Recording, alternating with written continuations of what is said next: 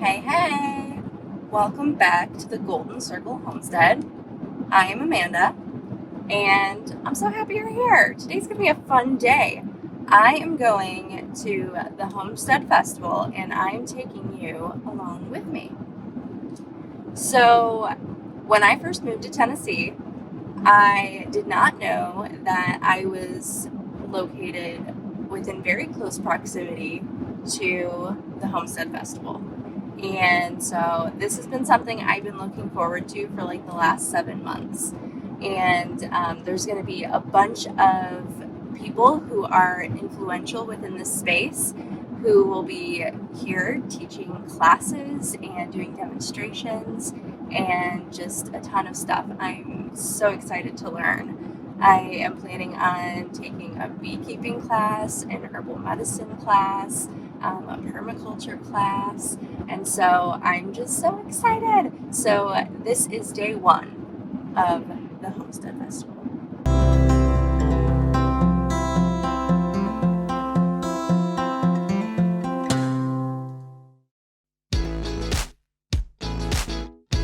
Annual Homestead Festival. How many of y'all came last year? Well, welcome back. And if you've not been here before, welcome for the first time. This is my farm. My family lives here. My two sisters live on both sides of this. And it's a blessing to have you all here.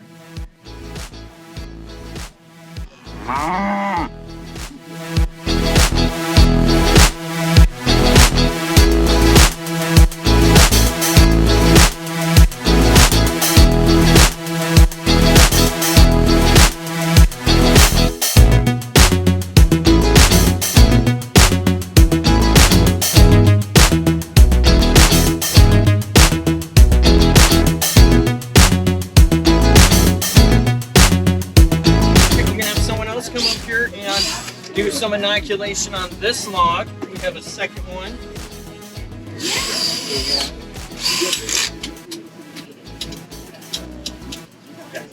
Stab, stab, stab. You're gonna hold it at an angle like this and then tilt push the button all the way. All right. Yeah. Hold it a little further next time.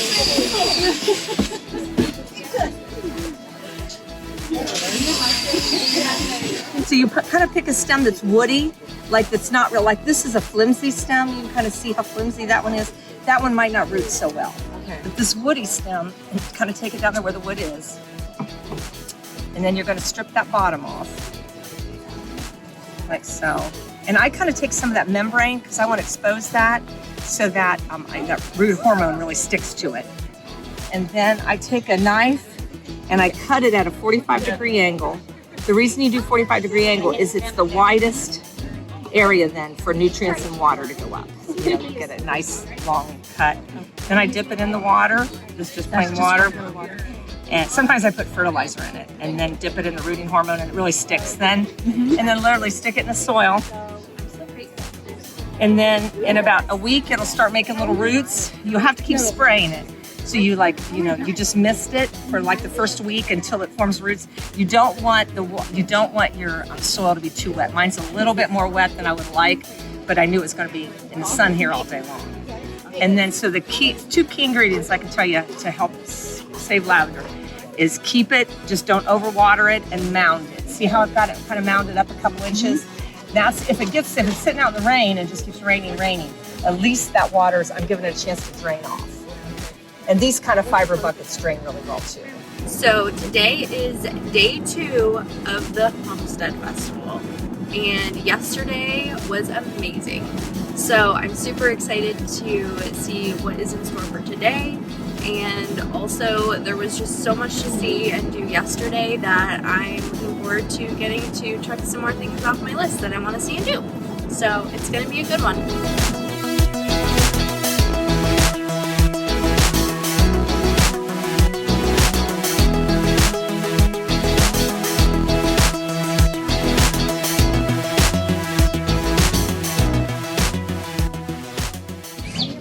The foundation of life is something has to die, and whether it's in a compost pile, everything's eating and being eaten, or whatever, the cycle of life, death, decomposition, regeneration, decomposition in your inside, regeneration, life, death, decomposition, regeneration.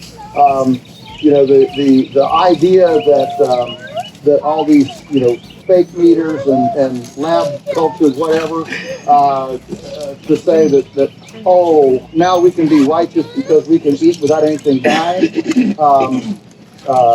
It doesn't work. Everything depends on something having lived, died, and regenerated into another form. So we do recognize where we are in this, and appreciate the life that the birds have done. What makes this sacred is that these birds, unlike Tyson chickens and Cargill and Purdue and whatever, these chickens have had a respectful, honorable life, which that respect and honor in life is what makes this sacred and not sacrilege. If you feel your own neck, okay, as you come up to under your jaw, your carotid arteries actually form a V. But one goes up one side of your active, just helps the skull penetrate. And we're pretty liberal with it. Yeah. This is one time to be liberal. So what you want is you want movement. You want movement in that stalker so that the bird is moving around. If you're hand dunking, you want to make sure that you're putting them in. Use rubber gloves so you don't burn your fingers. And put them in, stir them around, pick them up. Put them in,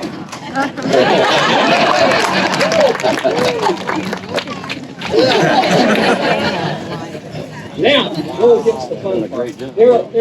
There's just a few feathers left. That's pretty typical. But any of you ever singed a bird or had that yellow stuff? A lot of heads going up and down. History. So what you want, you notice you got a good stall when the yellow has come off of the feet.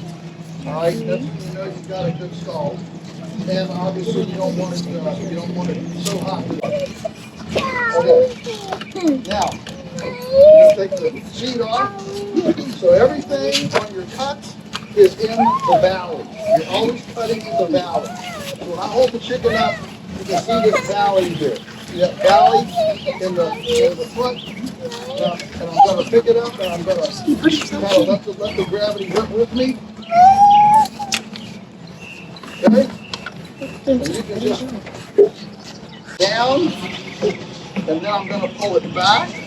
Switch hands, pull it back. And all I'm trying to do is loosen it here, okay? Then I'm going to take my other thumb and go underneath the windpipe and the esophagus and pull them out of the neck, all right?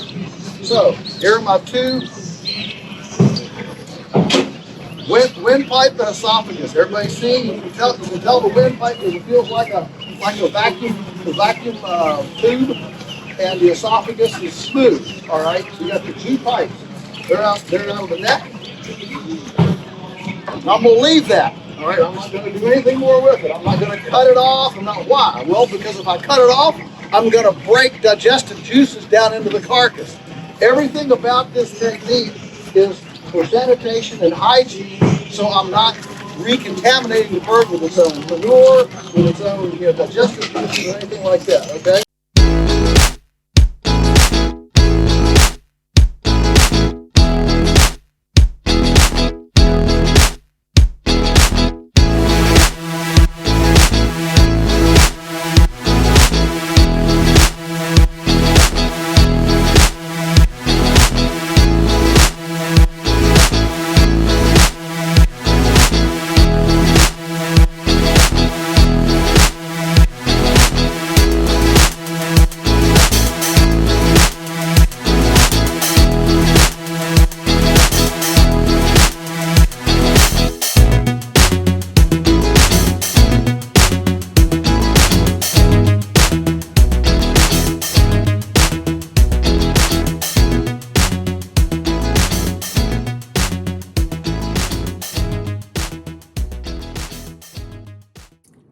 So, the Homestead Festival was awesome. Yeah, no, it was really good. Highly recommend if you're interested in homesteading, which if you're here, you probably are.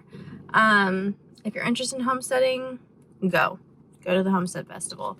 Not only do you get to meet a ton of influential people in the space who are extremely smart and have a lot of wisdom, knowledge, and experience in these different areas, but you get to have access to different resources, get to meet people in the community, the homesteading community, not only locally, because, you know, for me, living in Tennessee, with the festival being local, there are a bunch of locals that are showing up for the festival, but also getting to meet people across the country. And so it's just very interesting to hear and see all of the different states and places that people are coming from. So yes, it was fabulous. Much recommended. But I wanted to kind of share with you some little tidbits about the courses I went to and what the topics were, and all of that fun stuff. There were like 4 different sessions during the day, and there were 5 sessions during those 4 blocks. So you only had the opportunity to choose 4 courses.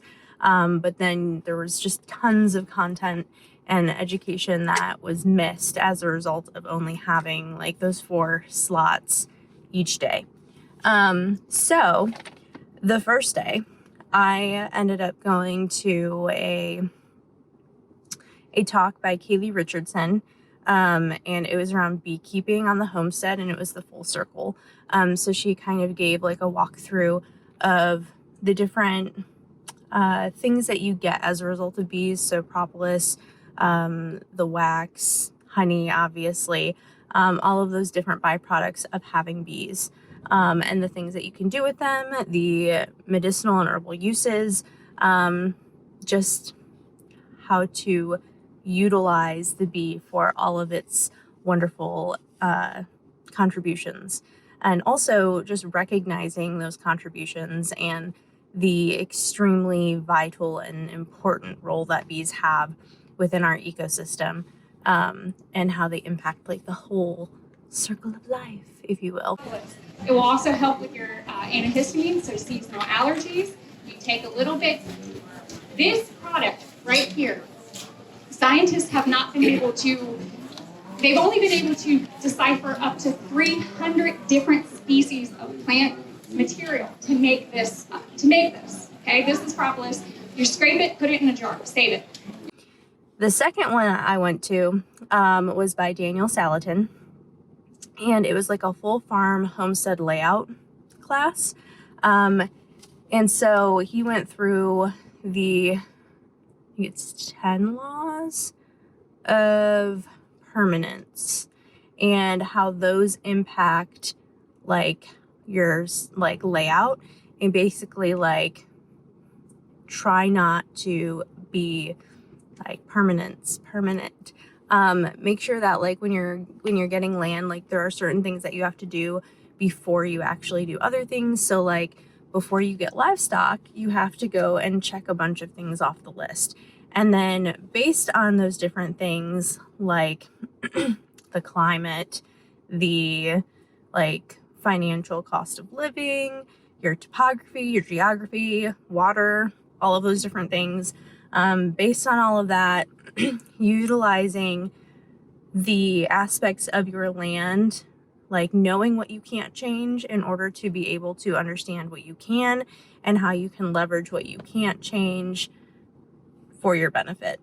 So it was kind of like from the standpoint of like, if you collect a bunch of water in a certain area of your land, first of all, it's important to know that and to know your land.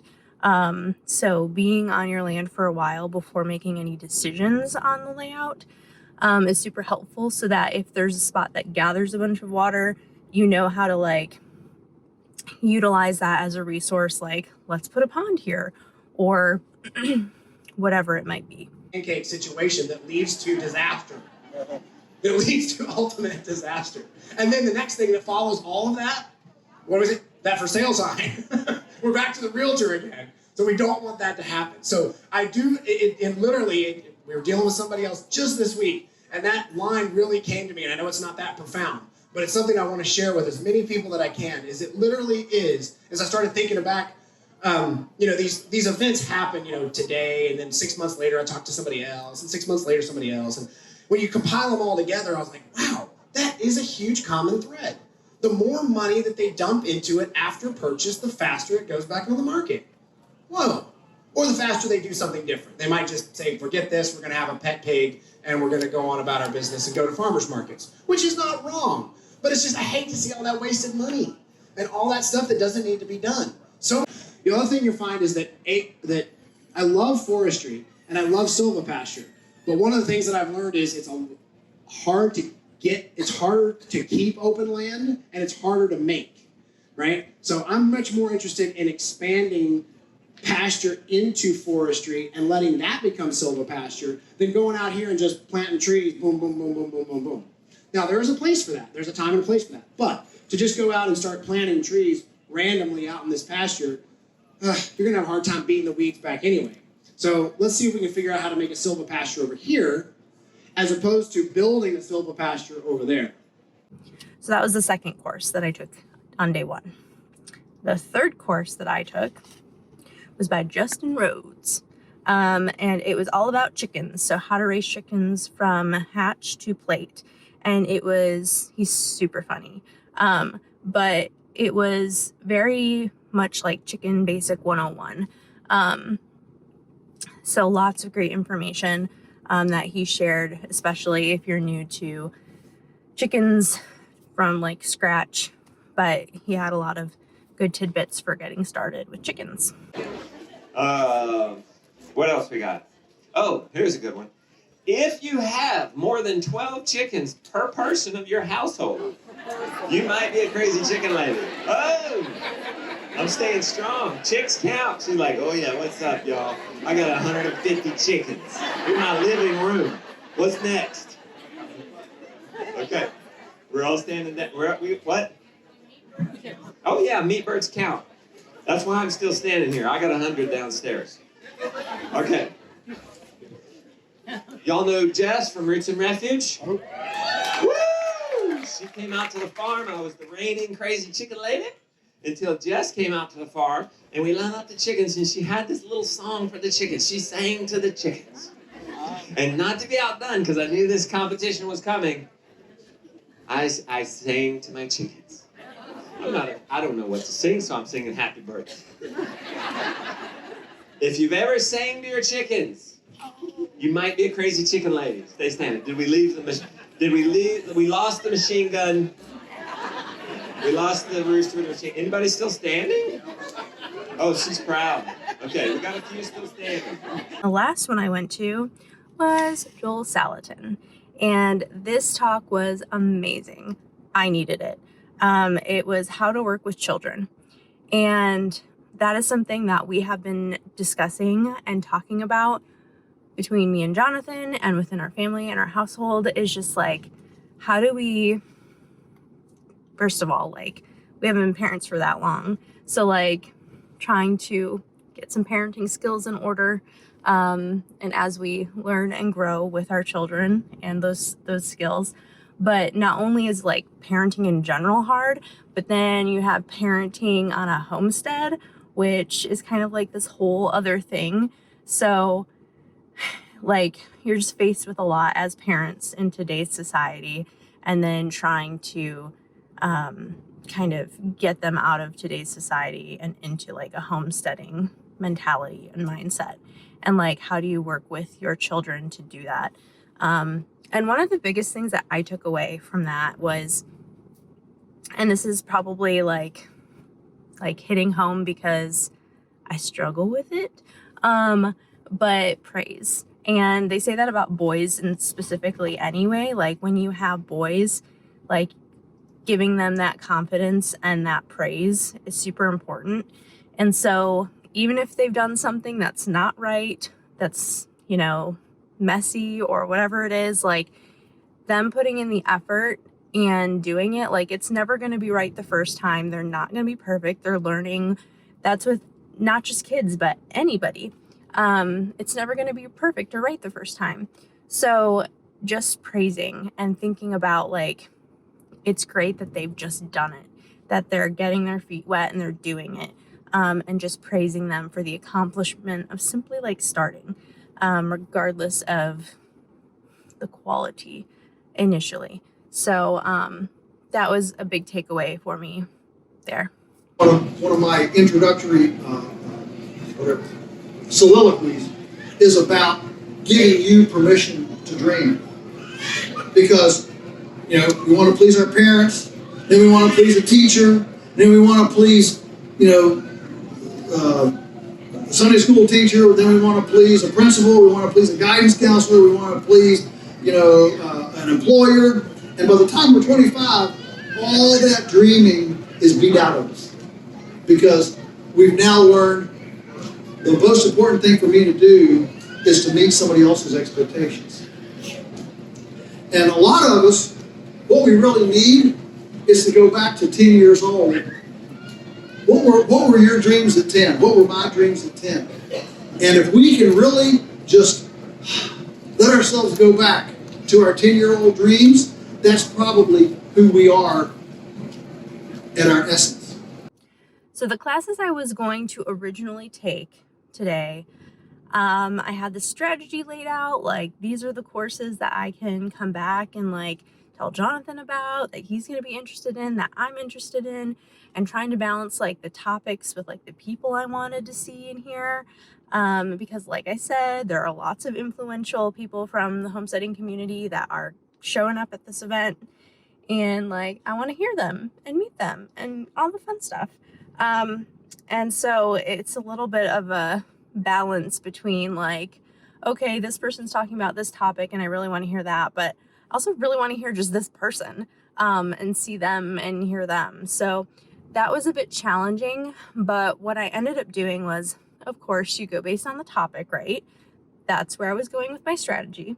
And then I found out that they've been recording all of these sessions, so the ones that we missed from going to other ones, we're gonna get access to. So I get to hear them and watch them. And so as a result of that, I changed my strategy for today. And I went to the classes that I wanted to see the individuals. So it didn't really matter what they were talking about. I just wanted to see them. So for the first class that I took today, this was not the case. This was just what I had. All of that I prefaced was not the case for this one class. But the first class that I took was by Daryl Patton, and it was Herbal Medicine in Nature. And so he went through and showed a bunch of different plants and kind of walked through the medicinal and herbal benefits of them, like how they help the body, some different recipes and things like that. Super, super knowledgeable. Like, an hour's just not enough time. So and that's a like huge interest of mine and something that I want to learn more about. So I'm just really excited to dive deeper into all of that. Edible and medicinal wild plants. All plants, remember, are medicinal. Every single one of them. A lot of them are also edible. And a lot of them are also utilitarian. You make dye, cordage, Rhodes, fire making, that type of thing. And so I brought y'all some, oh wait a minute, how many of you ever seen the movie RV? Remember when they had the tortillas? Well, I made tortillas last night for y'all to try with yellow dock. I'm going to talk about that, and they are really good because it's in the buckwheat family, so it's like having buckwheat family tortillas, or as they would say, tortillas. And I love making Mexican food, and this is just a way to expand upon it. The second class was, I was going to go to one by Kevin Krause on living soil, the foundation of your homestead. I want to learn more about like just soil and the different things soil needs and how to like amend it and get it to be what it needs to be in general, but for different plants and the different plants needs. And so I was kind of hoping that was what that talk was going to be about. But I had not yesterday, did not see Jill Winger, and I really wanted to go to her talk that was conflicting with that. So she had a talk that was on old-fashioned kids, the formula for stronger, happier families, and I'm really glad I went to that one. I felt like I really should have gone, and like for the topic wise, after hearing Joel Salatin talk about kids, and that whole dynamic and how much I learned from that, I was like, this is probably going to be really good too. And it was. There were a lot of like common threading themes throughout these different courses. So I felt like there was some conviction there, like, you know, God was telling me something. But it's something that at least I'm aware of now, and I can, you know, take that tool that's in my tool belt now and implement it. So that was another fabulous talk. And she also is launching a book in September, and she was doing a pre-order for that. So if you know her and you like her, she's got a book coming out that you can pre-order. He says the biggest division moving forward, in essence, will be the men who wish to live as machines and the men who wish to live as men. And it made me think of this, right? There's so much of a push in our culture today that screens are the answer, the metaverse is the answer, AI is the answer.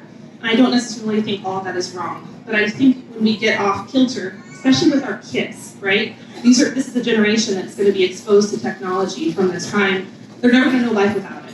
I'm 38, I've known life without it for a period. Many of you have known life without it. They have never known life without it. And so what is the real world to them?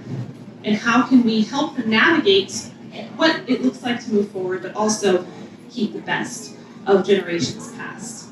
The next one that I went to, so I was going to go to this Amish panel with Ivan Keim and Rory Feek, and then I switched it because I wanted to go to Jill Ragan's class that was on maximizing a small space, and that was packed and fabulous.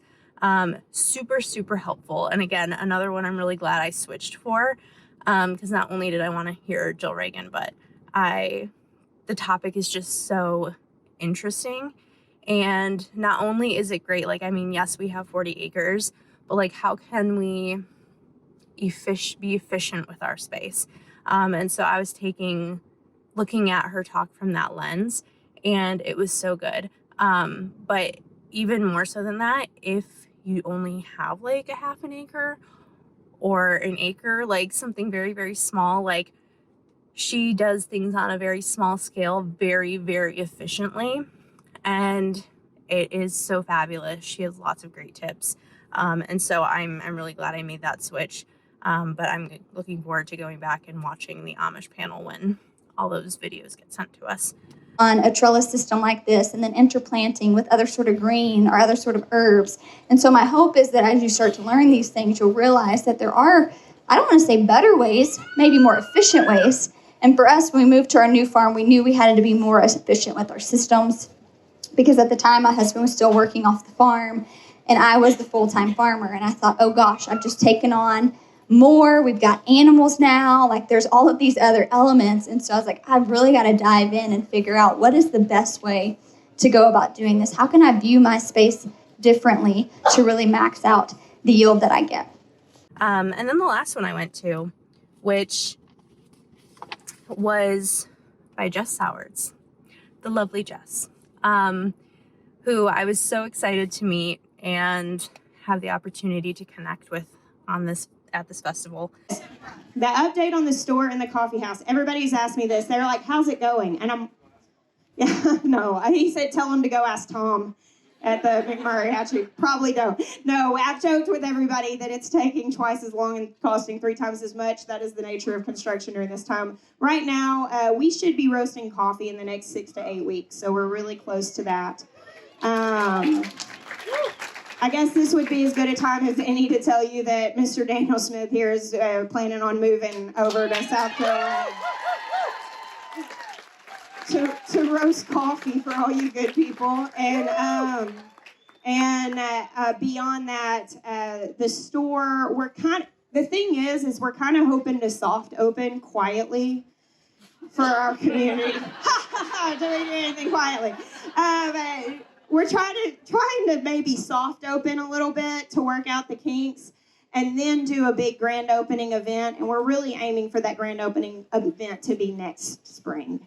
Is kind of what we're looking at. So, she was doing a talk called A Permaculture Life, and initially you think it's going to be about permaculture and you're going to learn more. And I was like, yes, this is good. Like, I need to learn more about this. It's kind of a hefty topic, can be kind of confusing to navigate. And it ended up being so much more than what I was expecting, because it didn't approach permaculture from the lens of like what permaculture is for farming and agriculture and land. It approached it holistically in understanding that permaculture is simply the relationship between different things, and taking that lens and applying it to every part of your life. So your marriage, your family, your kids, the food you eat, your relationship with food, just looking at it from that whole lens of holistically, and understanding that like your impact on those different relationships and the weight that that carries, and the different mindsets that you have to shift for abundance, even around death, especially when it comes to, there's death in all parts of life, but especially on a farm or a homestead. And it was just very like, the presence of the Holy Spirit is so profoundly evident in her. She is a very powerful, inspirational, motivational speaker that God definitely works through when she's communicating. And she's so humble and genuine, and just vulnerability came up within that talk, and she embodies vulnerability. And so she's just a fabulous and wonderful person. But all that to say, just Sowards and Joel Salatin's talks just blew me away. They were my highlights from the festival. And that is about it. That's all I really wanted to share. Just some little tidbits here and there, and recommend that if you're interested in all this stuff, that you should go next year. And yes, I am running on like 4 hours of sleep, so I'm looking forward to getting home to my family and getting some shut-eye and getting to bed early tonight. So thanks so much for joining me. I'm so glad that I got to share some of these highlights with you, and some of these different things that I've seen and experienced during this Homestead Festival. And if you liked this video and want to keep joining us on our adventures and seeing what we're up to on our homestead, hit that subscribe button, drop me a comment if you want to chat, like the video, and all that fun stuff. And I will see you in the next one. Bye.